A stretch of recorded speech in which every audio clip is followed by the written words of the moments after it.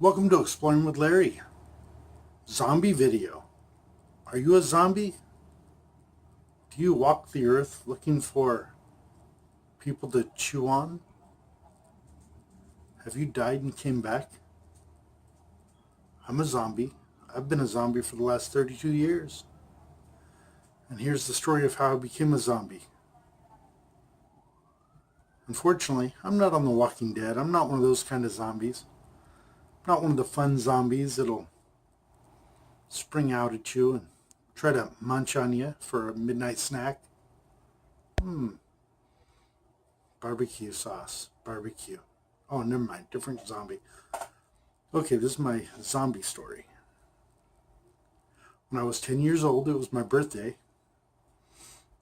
All I wanted was a pair of combat boots from my dad, who was working for the government, for my birthday. So my dad got me a brand new shiny pair of combat boots. They're nice Panama boots. Leather, really thick sole. They're great. My dad also realized that my bicycle was worn out and a little small for me at the time. So he got me a nice brand new bicycle. It was awesome. It was white, had big fenders. It was a beach cruiser style bike. So I, as soon as I could, slapped on my new boots, jumped on my bicycle and hit the road. About 10 minutes into my bicycle trip, I was hit by a car about a half a mile away from my house. The guy was going about 75 miles an hour on a regular road in front of an elementary school. He hit me, and I went underneath his car with my bicycle. And he dragged me for about maybe 100 yards or so. Then he hit a speed bump, and then I popped out from underneath the car, bicycle and everything. I laid on the street dead. I was dead for 3 minutes. Fortunately, where I landed, the neighbor's girl daughter was outside playing, and she saw me and she ran in and told her mom. Her mom was an EMT, emergency medical technician. She came out and checked on me, checked my pulse, and I was dead. She went back in the house to call the ambulance, the meat wagon, to come get me. And at that moment, laying on the ground, lifeless, my eyes started blinking, racked full of pain from head to toe. I couldn't breathe. It took me a couple seconds to start breathing again. A lot of pain in the chest. I could barely see because of all the blood from my forehead covering my eyes. And it happened so quickly that I thought I'd crashed my bicycle. So I pushed my bicycle off the top of me. And with my left leg, I climbed up and started hobbling to the side of the road. Then I hobbled over to a tree in front of the elementary school and laid underneath there, bleeding profusely from my head, bruised from head to toe.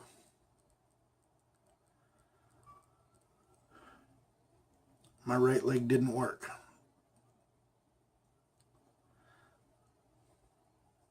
The neighbor that had medical training, she had a big emergency bag and she started applying gauze and everything to my right leg.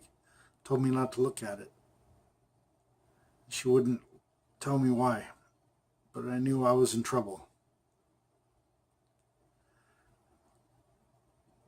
Then I looked down and all I saw was just my pants were kind of shredded off of my right leg.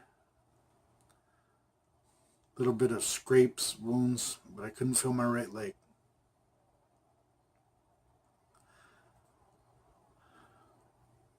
Somehow, when I got hit by the car, cut my leg open.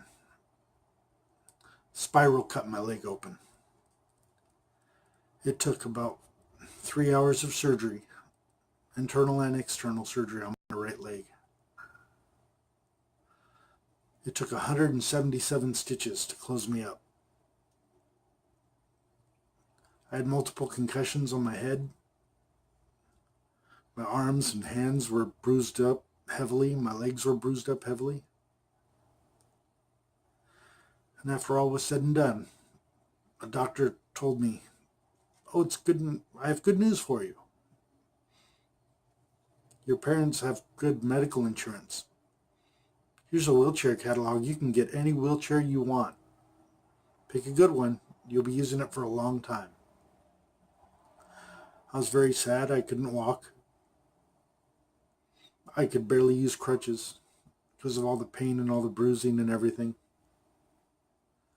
Those brand new pair of boots that I bought, they were grinded down to nothing. The soles were grinded flat. And these were combat boots. They saved my feet.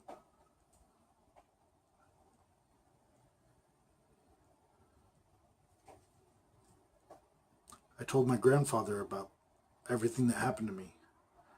And I showed him the catalog of wheelchairs and I asked him, "Grandpa, what wheelchair would you pick?" And he said, "You know what?" He said, "After World War II, they told me your old grandpa wouldn't walk again either." But I looked him in the eye and told them that they were wrong.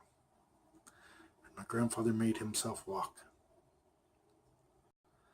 So through about 3 months, with my grandfather helping me walk every day, rehabilitating me, I started to slowly walk again. Extreme pain. Pain that you could not describe easily.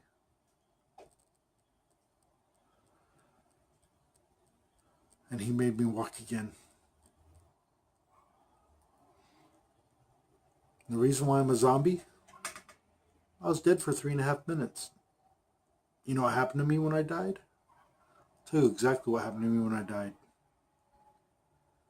My body was laying there flat on the ground, and I could see myself on the ground as I felt myself turning, going upwards, going up, and turning. All I could see is my poor crushed body on the ground with blood everywhere. I was going up. I could even see the top of the building as I kept going up. And something happened. My eyes started blinking. Next thing I knew, I was down there covered in blood and pain. The moral of the story is, kids or adults, when you're out there riding your bicycles, wear a damn helmet. Wear a bicycle helmet. It will save you from concussions. It'll protect your face and your head. You won't have scars like I do on my forehead. Got lots of scars.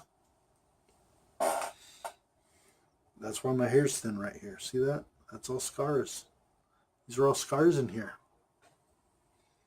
Thankfully enough, I've had thick hair for a long time and it's covered it. But now in my old age, where my hair's starting to thin just a little, you can see the scars. They're everywhere up in here. That's why my hair's kind of thin now. So kids or adults, wear your helmets when you ride bicycles. And that's my story. That's how I became a zombie. Don't be a zombie. Wear a bicycle helmet. If there's one thing you take away from this video, is wear a bicycle helmet. Do not be a zombie. Do not be the Walking Dead. You may not have the same opportunity I had to come back. This is Exploring with Larry, exploring zombies. Don't be a zombie. That's all I gotta say. Do not be a zombie. They're fun to watch on TV, but do not be a zombie. This has been Exploring with Larry, exploring zombies. Like, comment, subscribe, share. Thank you.